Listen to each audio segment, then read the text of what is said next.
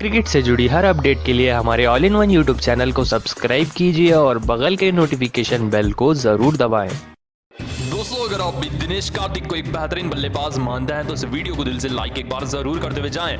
दोस्तों, काफी बेहतरीन तरीके से समाप्त हुआ आरसीबी बनाम केकेआर का आईपीएल का 6वां मुकाबला।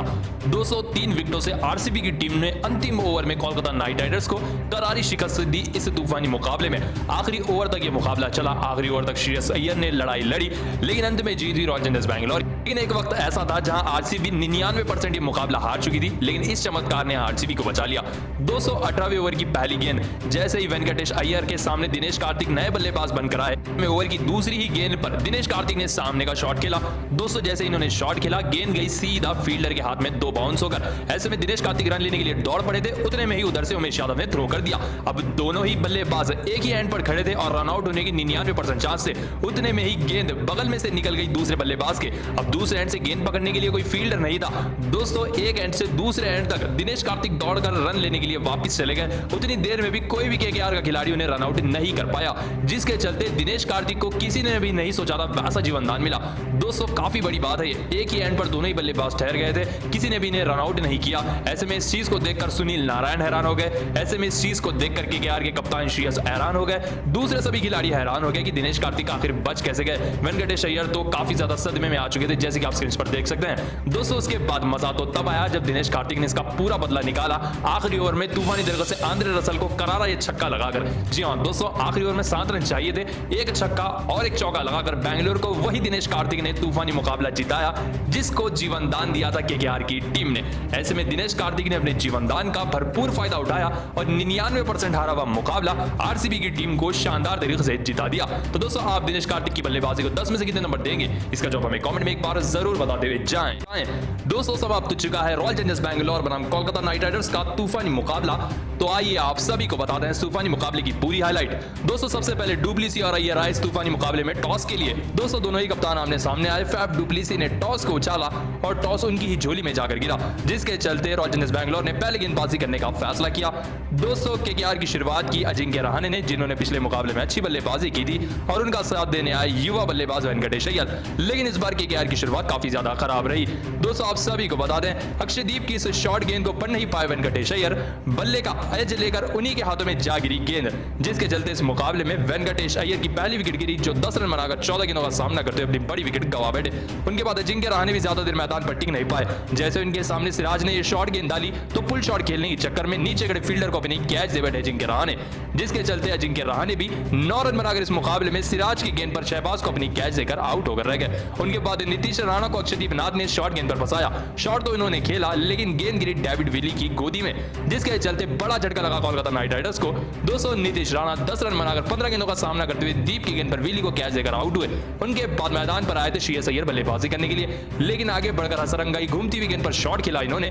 बाउंड्री पर आ गए फील्डर, जिसके चलते बड़ी विकेट कप्तान की मिली आरसीबी को। दोस्तों, श्रेयस अय्यर इस मुकाबले में हसरंगाई गेंद पर 13 रन बनाकर 10 गेंदों का सामना करते हुए आउट हुए। उनके बाद नारायण आए थे बल्लेबाजी करने के लिए, लेकिन वो भी शॉट लगाने की चाह में बल्ले को घुमा बैठे। गेंद एज लेकर अक्षयदीप नाथ के हाथों में जाकर गिरी, जिसके चलते नारायण भी इस मुकाबले में 12 रन बनाकर तूफानी तरीके से आउट होकर रह गए हसरंगा की गेंद पर। ऐसे में उनके बाद इस तरीके से शेल्डन जैक्सन को हसरंगा ने क्लीन बोल्ड कर रख दिया। दोस्तों, विकेट कीपर बल्लेबाज शेल्डन जैक्सन मात्र 0 रन बनाकर एक गेंद का सामना करते अपनी बड़ी विकेट गंवा बैठे। उनके बाद सैम बिलिंग्स को शॉर्ट गेंद पर फंसा कर रख दिया हर्षल पटेल ने। शॉट इन्होंने खेला, मिड विकेट पर विराट कोहली ने इनकी कैच पकड़ी, जिसके चलते सैम बिलिंग्स भी तूफानी मुकाबले में 14 रन बनाकर 15 गेंदों का सामना करते हुए हर्षल पटेल की गेंद पर कोहली को अपनी कैच देकर आउट हुए। तो उनके बाद सबसे बड़ी विकेट मिली रसल की। हर्षल पटेल की बाहर जाती हुई गेंद को खेल बैठे रसल और गेंद गिरी इस तरीके से दिनेश कार्तिक के दस्तानों में, जिसके चलते विकेट कीपर के हाथों हर्षल पटेल की गेंद पर आउट हुए रसल 25 रन बनाकर 18 गेंदों का सामना करते हुए।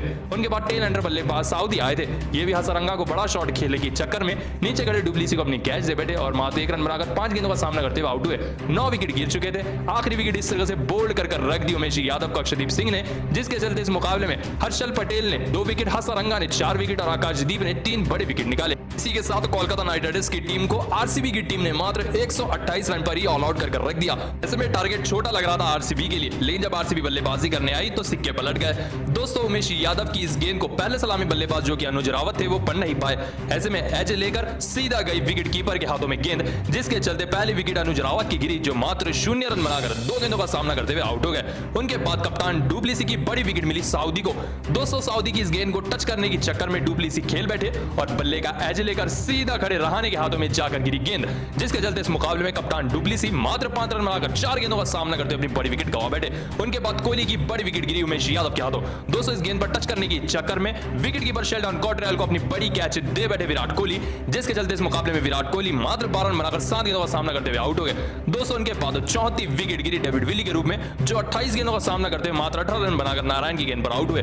दोस्तों पूरी तरह से फंस कर रह गई थी आरसीबी। उसके बाद शरफेन रदरफोर्ड बल्लेबाजी करने आए और शहबाज अहमद बल्लेबाजी करने आए। इन्होंने आरसीबी की इनिंग को 100 तक लेकर आ गए थे। दोस्तों उसी वक्त शहबाज अहमद इस तरह से स्टंपिंग आउट हो गए चक्रवर्ती के हाथों। दोस्तों इस मुकाबले में चक्रवर्ती के हाथों 27 रन बनाकर 20 गेंदों का सामना करते हुए शहबाज अहमद आउट हुए। उनके बाद शरफेन रदरफोर्ड बड़ी इनिंग नहीं खेल पाए। दोस्तों सऊदी की इस गेंद को शॉट लगाने के चक्कर में एज देकर शेल्डन जैक्सन विकेट कीपर को अपनी कैच दे बैठे और शरफेन रदरफोर्ड 40 गेंदों का सामना करते हुए मात्र 28 रन बनाकर आउट हुए।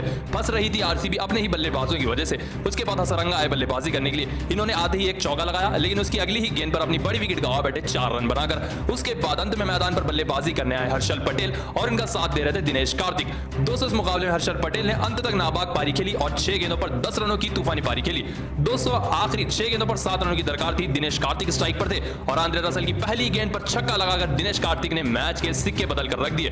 दोस्तों उसकी अगली गेंद पर चौका लगाकर दिनेश कार्तिक ने शानदार मुकाबला रॉयल चैलेंजर्स बैंगलोर को 3 विकेटों से जिताया। जी हां दोस्तों इस मुकाबले में आरसीबी की टीम ने 3 विकेटों से हरा कर रख दिया केकेआर की टीम को अंतिम ओवर में। दिनेश कार्तिक अंत में काफी बड़े हीरो साबित हुए आरसीबी के। तो दोस्तों आप दिनेश कार्तिक की इस पारी को 10 में से कितने नंबर देंगे, इसका जवाब हमें कमेंट में एक बार जरूर बताते हुए जाएं। दोस्तों शुरू हो चुका है रॉयल चैलेंजर्स बैंगलोर बनाम कोलकाता नाइट राइडर्स के बीच में आईपीएल 2022 का 6वां मुकाबला। दोस्तों दोनों ही कप्तान आमने सामने आए। फैफ डुप्लेसी ने टॉस को उछाला और टॉस उनकी ही झोली में जाकर गिरा, जिसके चलते रॉयल चैलेंजर्स बैंगलोर ने पहले गेंदबाजी करने का फैसला किया। दोस्तों केकेआर की शुरुआत की अजिंक्य रहाणे ने, जिन्होंने पिछले मुकाबले में अच्छी बल्लेबाजी की थी, और उनका साथ देने आए युवा बल्लेबाज वेंकटेश अय्यर। लेकिन इस बार केकेआर की शुरुआत काफी ज्यादा खराब रही। दोस्तों आप सभी को बता दें अक्षयदीप की इस शॉर्ट गेंद को पढ़ नहीं पाए वेंकटेश अय्यर। बल्ले का एज लेकर उन्हीं के हाथों में जा गिरी गेंद, जिसके चलते इस मुकाबले में वेंकटेश अय्यर की पहली विकेट गिरी, जो 10 रन बनाकर 14 गेंदों का सामना करते हुए अपनी बड़ी विकेट गंवा बैठे। उनके बाद अजिंक्य रहाणे भी ज्यादा देर मैदान पर टिक नहीं पाए। जैसे उनके सामने सिराज ने ये शॉर्ट गेंद डाली तो पुल शॉट खेलने के चक्कर में नीचे खड़े फील्डर को अपनी कैच दे बैठे अजिंक्य रहाणे, जिसके चलते अजिंक्य रहाणे भी 9 रन बनाकर इस मुकाबले में सिराज की गेंद पर शहबाज को अपनी कैच देकर आउट होकर रह गए। उनके बाद नीतीश राणा को अक्षयदीप नाथ ने शॉर्ट गेंद पर फंसाया। शॉट तो इन्होंने खेला, लेकिन गेंद गिरी डेविड विली की गोदी में, जिसके चलते बड़ा झटका लगा कोलकाता नाइट राइडर्स को। दोस्तों नीतीश राणा 10 रन बनाकर 15 गेंदों का सामना करते हुए दीप की गेंद पर विली को कैच देकर आउट हुए। उनके बाद मैदान पर आए थे श्रेयस अय्यर बल्लेबाजी करने के लिए, लेकिन आगे बढ़कर हसरंगाई घूमती हुई गेंद पर शॉट खेला इन्होंने। बाउंड्री पर आ गए फील्डर, जिसके चलते बड़ी विकेट कप्तान की मिली आरसीबी को। दोस्तों श्रेयस अय्यर इस मुकाबले में हसरंगाई गेंद पर 13 रन बनाकर 10 गेंदों का सामना करते हुए आउट हुए। उनके बाद नारायण आए थे बल्लेबाजी करने के लिए, लेकिन वो भी शॉट लगाने की चाह में बल्ले को घुमा बैठे। गेंद एज लेकर अक्षयदीप नाथ के हाथों में जाकर गिरी, जिसके चलते नारायण भी इस मुकाबले में 12 रन बनाकर तूफानी तरीके से आउट होकर रह गए हसरंगा की गेंद पर। ऐसे में उनके बाद इस तरीके से शेल्डन जैक्सन को हसरंगा ने क्लीन बोल्ड कर रख दिया। दोस्तों विकेट कीपर बल्लेबाज शेल्डन जैक्सन मात्र 0 रन बनाकर 1 गेंद का सामना करते अपनी बड़ी विकेट गंवा बैठे। उनके बाद सैम बिलिंग्स को शॉर्ट गेंद पर फंसा कर रख दिया हर्षल पटेल ने। शॉट इन्होंने खेला, मिड विकेट पर विराट कोहली ने इनकी कैच पकड़ी, जिसके चलते सैम बिलिंग्स भी तूफानी मुकाबले में 14 रन बनाकर 15 गेंदों का सामना करते हुए हर्षल पटेल की गेंद पर कोहली को अपनी कैच देकर आउट हुए। तो उनके पास सबसे बड़ी विकेट मिली रसल की।